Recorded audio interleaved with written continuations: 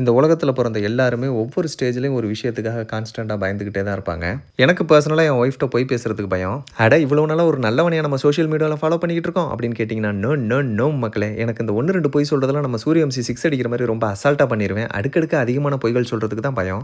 கொஞ்சமாக பொய் சொல்கிறதுக்கும் நிறையா பொய் சொல்கிறதுக்கு என்னடா வித்தியாசம்னு கேட்குறீங்களா? மெமரி தான் மக்களே வித்தியாசம். மெமரி தான். எஸ், நீங்கள் உங்கள் வீட்டுக்கார மட்டும் அடுக்கடுக்கு 5 லாரிகள் நிறையா பொய் சொல்கிறதுலாம் எந்த பிரச்சனையும் கிடையாது நண்பர்களே. ஆனால் அந்த சீக்வன்ஸை நீங்கள் ஆர்டர் மாறாமல் ஞாபகத்தில் வச்சுக்கணும். அதில் ஏதாவது மிஸ் ஆச்சு, சோலி முடிஞ்சு உனக்கு. அந்த ஒரு காரணத்தினால தான் எனக்கு அடுக்கடுக்கா போய் சொல்ல பயம்னு சொன்னேன். நான் இப்போ ஒரு பயத்தை பற்றி சொல்ல போகிறேன். இந்த பயம் ஹோம் பேக்கிங் பிஸ்னஸ் பண்ணுற எல்லாத்துக்கும் காமனாக இருக்கும்னு நான் நம்புறேன். ஒருவேளை உங்களுக்கு இந்த பயம் இல்லைன்னா நீதாமலே வீரன். இந்த 2 டயர் 3 டயர் கேக்ஸ்லாம் பண்ணும்போது பாட்டம் லேயருக்கு மேலே டாப் லேயர்ஸை தூக்கி வைக்கும்போது நமக்கு வரும் பாருங்க ஒரு பயம். இந்த பிறந்து 10 நாளேயான ஒரு பிஞ்சு குழந்தைய பெரியவங்க துணை இல்லாமல் எந்த எக்ஸ்பீரியன்ஸும் இல்லாத பேரண்ட்ஸ் அவங்களாவே குளிப்பாட்ட ட்ரை பண்ணுவாங்க பாருங்க. அப்போ ஒரு பயம் அவங்களுக்கு வரும் பாருங்க. அதுக்கு ஈக்குவலாக இருக்கும் மக்களே இந்த பயம். என்னதான் கேக் பிஸ்னஸ் ஆரம்பிச்சு 1.5 வருஷம் ஆனாலும் இந்த பயம் மட்டும் கான்ஸ்டன்ட்டாக எங்கள்கிட்ட இருந்துகிட்டே தான் இருக்கு. இதே பயம் உங்களுக்கும் இருக்கு இல்லை இருந்துச்சு, ஆனால் நான் ஓவர் கம் பண்ணிட்டேன் அப்படின்னா அதை எப்படி பண்ணீங்க அப்படிங்கிறத தயவுசெய்து சொல்லிட்டு போங்க. எனக்கும் கொஞ்சம் யூஸ்ஃபுல்லாக இருக்கும். நெக்ஸ்ட் வீடியோவில் மீட் பண்ணலாம் மக்களே. பாய்.